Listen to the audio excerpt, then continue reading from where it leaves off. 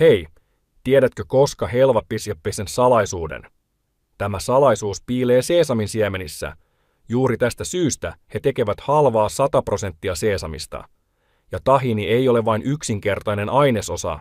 Anna kun kerron. Ensinnäkin se sisältää terveellisiä omega-rasvoja, jotka tukevat D-vitamiinin imeytymistä. Kehomme ei voi käyttää D-vitamiinia yksinään, se tarvitsee nämä rasvat aktivoidakseen sen. Jokainen suupala vahvistaa siis luitasi ja immuunijärjestelmääsi. Lisäksi tahini on täynnä kuitua. Kuitu tukee suoliston terveyttä, helpottaa ruoansulatusta ja ruokkii hyödyllisiä suolistobakteereja. Terve suolisto tarkoittaa tervettä kehoa ja mieltä.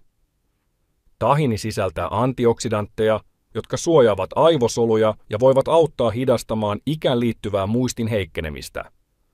Tämä ei ole vain herkku. Tämä on satoja vuosia vanha perinne. Aito hyvinvoinnin lähde. Jokainen, joka huolehtii terveydestään ja haluaa välttää lisäaineita täynnä olevia tuotteita, voi nauttia koska halvaa.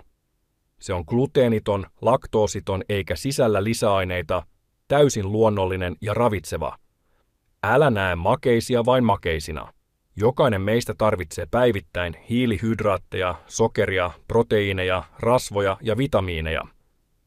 Tärkeintä on nauttia niitä tasapainoisesti.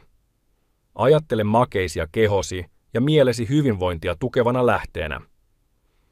Terveelliset valinnat eivät ole vain pakollisia, ne voivat myös olla nautinnollisia. Kokeile kahvisi kanssa, tulet rakastamaan sitä. Ai niin, jos haluat tilata tai lukea lisää tieteellisistä tutkimuksista, käy osoitteessa nordicprestige.fi.